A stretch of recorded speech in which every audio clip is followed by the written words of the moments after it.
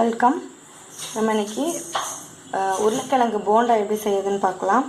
தேவையான அளவு உருளைக்கிழங்கு ஒரு 10 உருளைக்கிழங்கு மசிச்சு வச்சுருக்கேன், வேக வச்சு. ஒரு பெரிய வெங்காயம், தக்காளி கொஞ்சம், ஒரு சின்ன தக்காளி, கொத்தமல்லி, கருவேப்பிலை, பூண்டு, இஞ்சி, கரம் மசாலா தூள், மிளகாய் தூள், மஞ்சள் தூள், மல்லித்தூள், உப்பு, கடுகு ஒரு ஸ்பூன், ஜீரகம் ஒரு ஸ்பூன், சோம்பு இது ஒரு ஸ்பூன். தேவையான அளவு எடுத்துக்கிட்டு இப்போ எப்படி செய்யுதுன்னு பார்க்கலாம். சட்டி அடுப்பில் வச்சு எண்ணெய் நல்லா கடலெண்ணெய் இல்லை நல்லெண்ணெய் உங்கள் ஆப்ஷன் எதுனாலும் ஊற்றிக்கோங்க. எண்ணெய் நல்லா காஞ்ச பிறகு ஒரு ஸ்பூன் கடுகு போட்டாச்சு. கடுகு நல்லா பொரியட்டும். கடுகு பொரியுது. அடுப்பை சிம்மில் வச்சு ஜீரகம் ஒரு ஸ்பூன் சேர்த்துக்கோங்க.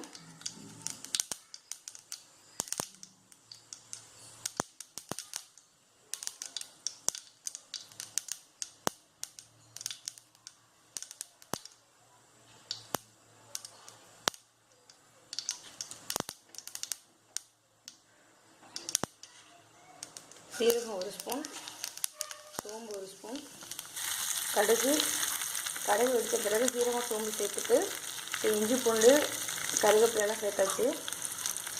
லைட்டாக வதக்கிக்கோங்க.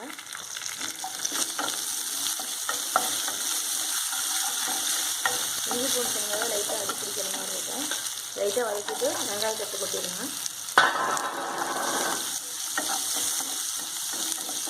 வெங்காயம் நல்லா ப்ரௌனிஷாக வந்துட்டோம். லைட்டாக ப்ரௌன் ஆனதுக்கப்புறம் தக்காளி ஆட் பண்ணிக்கலாம்.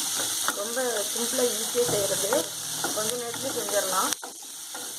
இந்த மசால் இருந்துச்சுன்னா போண்டா, தோசைக்கு, சப்பாத்திக்கு எதுக்குனாலும் யூஸ் பண்ணிக்கலாம். ரொம்ப டேஸ்ட்டாக இருக்கும். வெங்காயம் நல்லா வதங்கிட்டோம். வெங்காயம் வதங்கின பிறகு தக்காளி ஆட் பண்ணிக்குவோம். வெங்காயம் ஓரளவுக்கு நல்லா வதங்கிடுச்சு. இந்த ஸ்டேஜில் தக்காளி ஆட் பண்ணிக்குவோம். தக்காளி ஆட் பண்ணியாச்சு. தக்காளி நல்லா வதங்கட்டும்.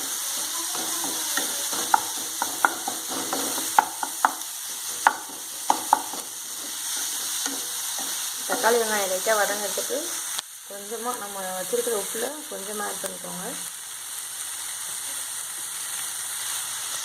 அது தக்காளி நல்லா ஜூஸியாக வதங்கிறதுக்கு ஹெல்ப் பண்ணும்.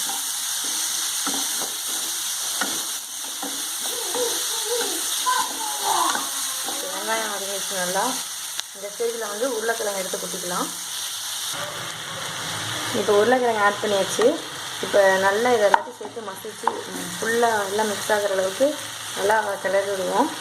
கிளறி விட்டு நம்ம எடுத்து வச்சுருக்கிற எல்லா மசாலாவையும் எடுத்து இது பண்ணிக்கலாம். ஃபஸ்ட்டு ஃபுல்லாக எல்லாத்தையும் மிக்ஸ் பண்ணிக்கலாம். நல்லா பாருங்கள், இந்தளவுக்கு நல்லா இப்போ மிக்ஸ் பண்ணியாச்சு. இப்போ எடுத்து வச்சுருக்கிற மசாலா எல்லாத்தையும் ஒன்றா சேர்த்துக்கலாம். எல்லா மசாலாவும் இது நல்லா கிளறி விட்டுக்கோங்க. ஃபுல்லாக நல்லா மிக்ஸ் ஆகிற அளவுக்கு கிளறி விட்டுக்கோங்க. பாருங்கள், எல்லாத்தையும் கூட்டி நல்லா மிக்ஸ் பண்ணிக்கலாம். மசாலா இப்போயே ஓரளவுக்கு நல்லா ரெடி ஆகிடுச்சு.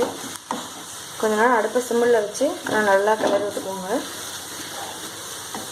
அவ்வளோதான், நல்லா மசிஞ்சிடுச்சு. எல்லாம் ஃபுல்லாக நல்லா மிக்ஸ் ஆகி நல்லா வந்துடுச்சு. இப்போ இந்த ஸ்டேஜில் கொத்தமல்லி தூளை போட்டுக்கலாம். இதில் இந்த கொத்தமல்லி தூள் தான் ரொம்ப முக்கியமே. இது நல்லா வாசமாக இருக்கும் இந்த கிரேவிக்கு. கொத்தமல்லி தூள் கொத்தமல்லி அந்த இலையோட வாசம் இந்த மசாலாவில் ரொம்ப ஒரு தனி வாசத்தையும் டேஸ்ட்டும் கொடுக்கும். ஸோ நல்லா மிக்ஸ் பண்ணிக்கலாம். அவ்வளோதான், முடிஞ்சிச்சு. ரொம்ப வாசமாக இருக்குது. சாப்பிட்டு பாருங்கள். உப்பு காரம்லாம் கரெக்டாக இருந்துச்சுன்னா ஓகே. அப்படி உப்பு பத்தலைன்னா கூட லைட்டாக தூவி விட்டுக்கோங்க. அவ்வளோதான், முடிஞ்சுது. இப்போ பாத்திரத்தில் மாற்றிடலாம். அவ்வளோதான், மசாலா முடிஞ்சுது. ரொம்ப டேஸ்ட்டாக இருக்குது. நீங்கள் இதை தோசைக்கு இல்லை சப்பாத்திக்கு இல்லை போண்டாவாக இந்த மாதிரி எதுக்கு வேணாலும் யூஸ் பண்ணிக்கலாம். மசாலா முடிஞ்சிருச்சு. இப்போ போண்டா எப்படி செய்கிறதுன்னு அந்த மாவு கலக்கிக்கலாம். நான் ரெடிமிக்ஸ் வச்சு யூஸ் பண்ணி அந்த போண்டா பஜ்ஜி மாவு அதை யூஸ் பண்ணி போண்டா போட போகிறேன். நீங்கள் வீட்லேயே ப்ரிப்பேர் பண்ணிக்கிறது அப்படின்னா நீங்களே கூட மிக்ஸ் பண்ணிக்கலாம்.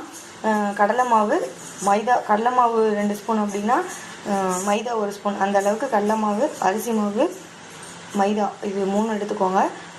உப்பு, மஞ்சள் தூள் 1/2 ஸ்பூன், மிளகாய் தூள், கொஞ்சமாக கரம் மசாலா தூள், அவ்வளோதான். இது எல்லாத்தையும் ஒன்றா மிக்ஸ் பண்ணி கூட நீங்கள் மாவு கரைச்சி போண்டாவுக்கு யூஸ் பண்ணிக்கலாம். நான் வந்து இப்போ ரெடி மிக்ஸ் வச்சுருக்கறனால அதில் மாவு கரைச்சி எப்படி போண்டா செய்யுதுன்னு பார்ப்போம். பஜ்ஜி போண்டா மிக்ஸ் அந்த ரெடி மிக்ஸ் வச்சுருக்கேன் சக்தி. ஸோ நான் அதை யூஸ் பண்ணி செய்ய போகிறேன். மாவு எடுத்துக்கோங்க. இதில் வந்து எல்லாமே இருக்கும் அப்படிங்கும்போது தண்ணி ஊற்றி மட்டும் கரைச்சி வச்சுக்கலாம்.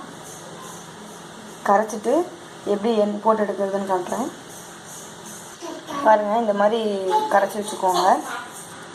நல்லா கொஞ்சம் கெட்டியாகவும் லிக்விடாகவும் இருக்கிற மாதிரி கரைச்ச பிறகு இந்த மாதிரி உங்களுக்கு வேணுங்கிற சைஸில் வந்து உருண்டை பிடிச்சிக்கலாம். நான் இந்த அளவுக்கு சைஸில் உருண்டை பிடிச்சிருக்கேன்.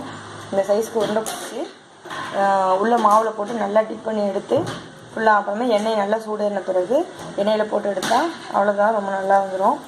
ஸோ இந்த சைஸில் வந்து எல்லாம் தேவையான அளவுக்கு எல்லா இதையும் உருண்டை பிடிச்சி வச்சுருங்க. உருண்டை பிடிச்சி வச்சுட்டு எப்படி எண்ணெயில் போட்டு எடுக்கிறதுன்னு பார்ப்போம். இப்போ மசாலா எல்லாத்தையுமே இப்போ தேவையான அளவுக்கு உருண்டை பிடிச்சி வச்சாச்சு. நல்லா இந்த மாதிரி கெட்டியாக ஊற்றி வச்சுக்கோங்க. உருண்டை பிடிச்சி வச்சதுக்கப்புறம் மாவு கரைச்சி வச்சாச்சு. இப்போ வந்து வடை சட்டியில் எண்ணெய் ஊற்றி நல்லா எண்ணெய் காயிட்டும்.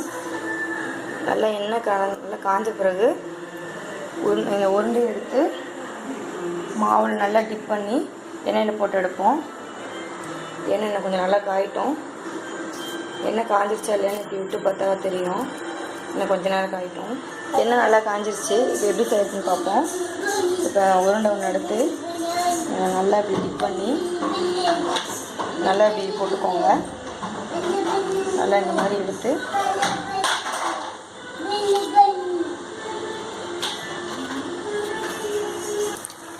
பாருங்கள். உள்ளே நல்லா டிப் பண்ணி போட்டு இந்த மாதிரி போட்டோன்னே நல்லா புஷ்ஷுன்னு வந்துருச்சு. இப்படி திருப்பி விட்டுக்கோங்க. ரொம்ப நல்லா வந்திருக்கு.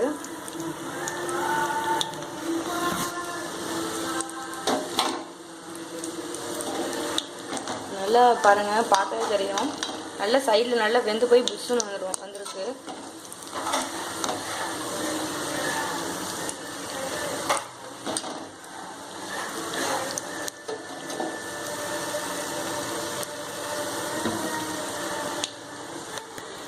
ஒரு 2 மினிட்ஸ் 3 மினிட்ஸ் நல்லா வேகட்டும்.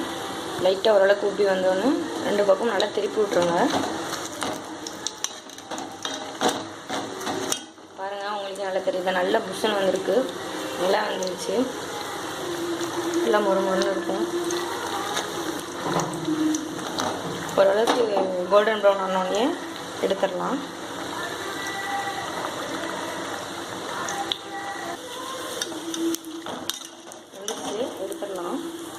பாருங்கள், ரொம்ப சூப்பராக வந்திருக்கு.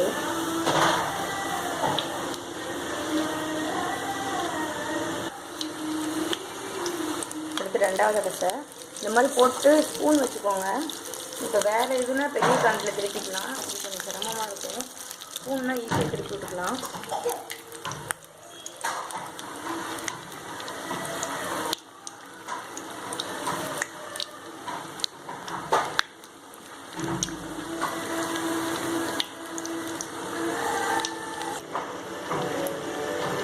அவ்வளோதான். ஓரளவுக்கு நல்லா ப்ரௌன் ஆகிடுச்சு.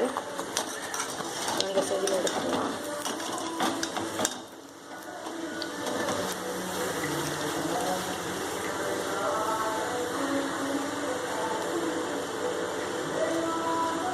நல்லா எண்ணெயை வச்சுட்டு எடுத்துருங்க.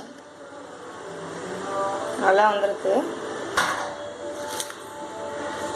பாருங்கள், ரொம்ப அருமையாக வந்திருக்கு. நீங்களும் உங்கள் வீட்டில் ட்ரை பண்ணி பாருங்கள். ரொம்ப டேஸ்ட்டாக இருக்கும். உங்களுக்கு செஞ்சு பார்த்துட்டு எப்படி இருக்குன்னு உங்கள் கமெண்ட்ஸை சொல்லுங்கள். ரொம்ப நல்லா வந்திருக்கு.